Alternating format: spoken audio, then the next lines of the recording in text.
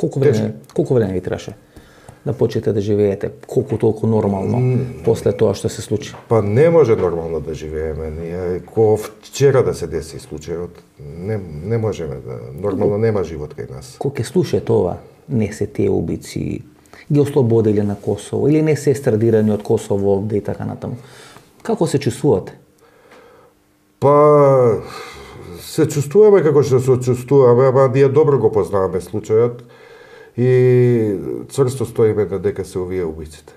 Сите докази кои јас сум ги консултирал. Пресудата и сите експерти кои јас сум ги консултирал, значи да не глумам тука некој судија. Од самата група покажува дека се они. Да. Па притисок од ДУИ и од меѓународниот фактор ги кочеше првосудните органи, поточно обвинителството и судот. Има министар, имаше министар за правда.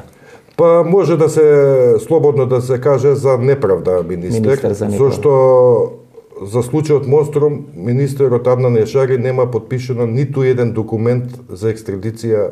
Не можете да најдете ниту еден документ да подпише за екстрадиција на 20 убици што избегаа во Косово.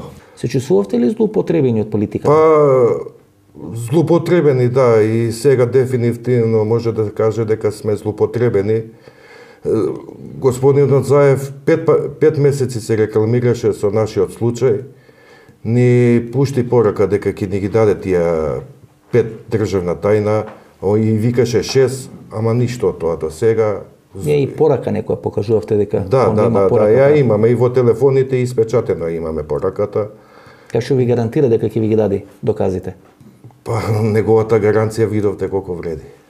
Па нели даваш изјави дека он знае дека тоа е договорено, дека тие не се убици, дека се некои други убици. Ја демантира таа изјава откако му ја покажавме пораката во лице. Ги демантира тие изјави? Да, откако му ја покажавме по лице, што ни обеќаше на нас.